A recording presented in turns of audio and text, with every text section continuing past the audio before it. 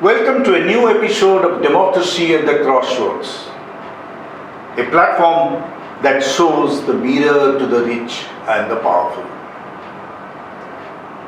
Today, our focus will be on our Islamophobic Prime Minister and our important election commission. Both the Prime Minister of India, who is speaking the language of a street loafer, and a castrated election commission which is unable to restrain him, are exposing the Indian democracy to ridicule worldwide. The result is free for all for the hate mongers. In meeting after meeting, the Prime Minister is spewing venom against Muslims. He is calling them infiltrators. He is typecasting the Muslims as a community of human reproduction. He is dog whistling the typical RSS propaganda that Muslims are in a conspiracy to overtake Hindus in the Indian population. That is not all. The Prime Minister is lying through his teeth when he is telling his audience that the Congress Party's manifesto says that if the Grand World Party comes to power, it will take away the family gold and all the properties of the Hindu families, that the Congress government would confiscate even the precious Mangal Sutras of Hindu women and give it away to Muslims. Just listen to this. जीवन के सपनों से जुड़ा हुआ है, तुम उसे छीनने की बात कर रहे हो अपने मैनिफेस्टो में? गोल ले लेंगे, सबको वितरित कर देंगे। और पहले जब उनकी सरकार थी, उन्होंने कहा था कि देश की संपत्ति पर पहला अधिकार मुसलमानों का है।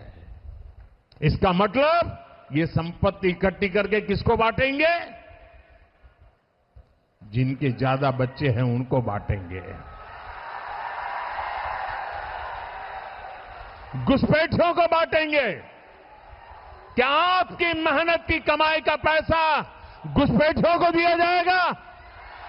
आपको मंजूर है ये कांग्रेस का मैनिफेस्टो कह रहा है कि वो माताओं बहनों का सोने का हिसाब करेंगे, उसकी जड़ती करेंगे, जानकारी लेंगे और फिर उस संपत्ति को बांट देंगे।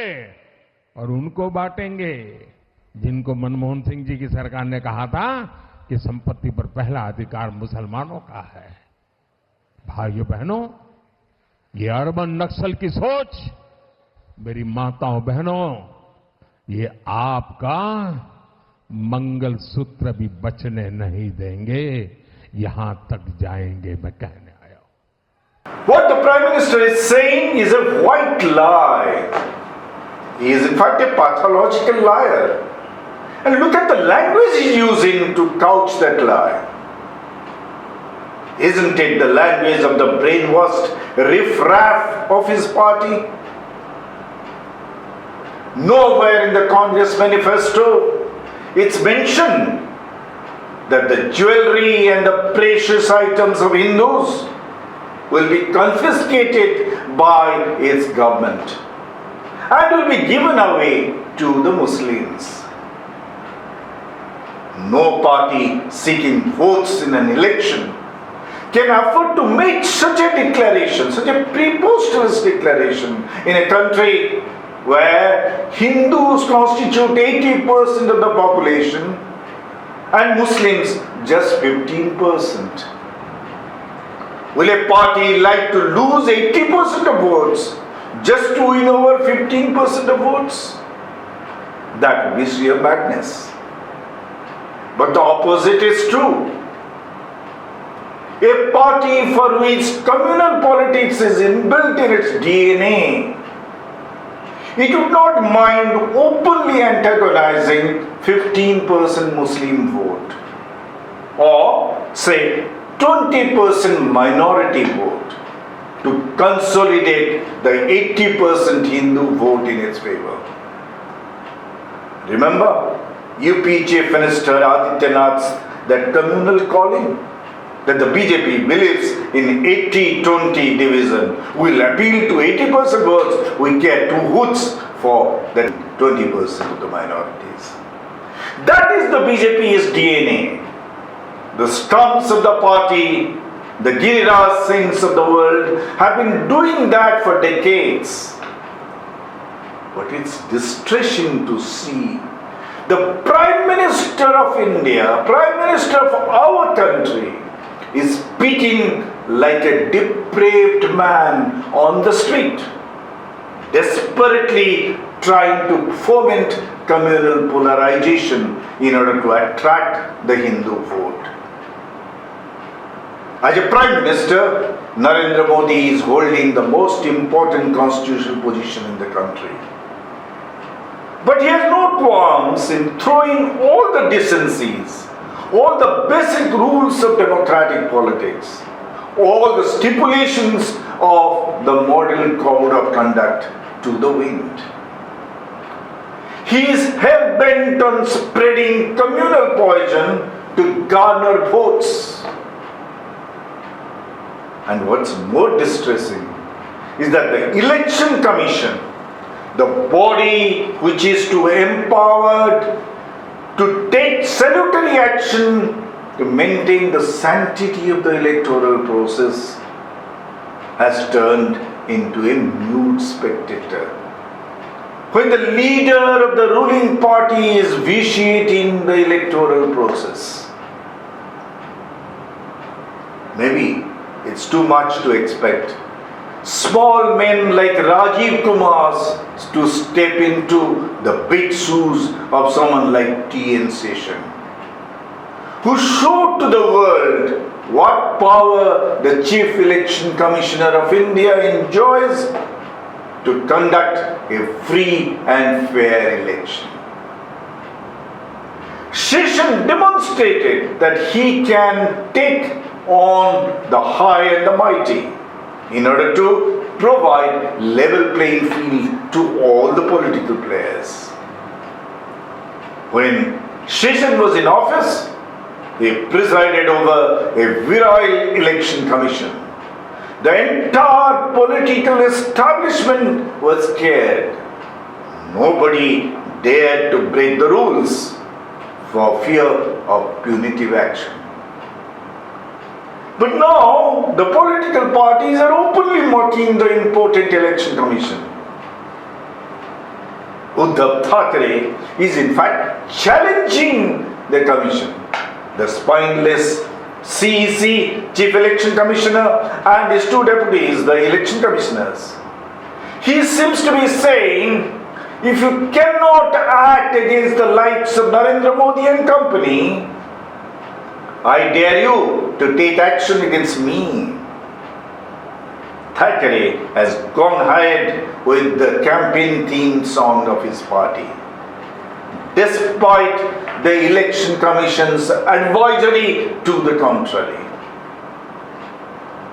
We saw an equally castrated Election Commission at work during the last general election as well. The poster boy of the vicious Hindutva brigade, Adityanath, was doing communally surcharged election campaign. Then, as he does, always. Look at this. और मैं भी आपसे कहना चाहता हूं भाइयों बहनों कि अगर कांग्रेस को अली पर, सपा बसपा को अली पर विश्वास है, हमें भी बजरंग बली पर विश्वास है. But the Election Commission didn't stop. Political parties moved the Supreme Court of India. The apex court sought an explanation from the commission about its inaction. The Election Commission made a submission that it was a toothless body It could only advise but could not punish. The Supreme Court read the Riot Act. It told the Election Commission to exercise power vested in it to debar from campaigning such leaders who violate the Model Code of Conduct. It was only after the SC's prodding that the Election Commission suspended Adityanath from campaigning for 3 days and Mayawati and Maneka Gandhi for 2 days for making communally surcharged statements.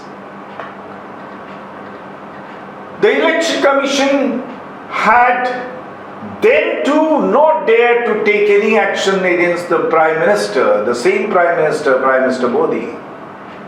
Though the opposition parties had levelled serious charges against him, against the Prime Minister for making communally polarizing statements. And it was unfortunate that even the Supreme Court refused to intervene when it came to the question of the Prime Minister indulging in hate speech. It left the Election Commission to deal with it. This time too, it's likely to be the same story. The Election Commission will not stir. The Supreme Court will look the other way. The Indian democracy will be the loser all the way when the Prime Minister himself will lead a gang of rabble-rousers to demonize the minority Muslims in order to consolidate the majority Hindus.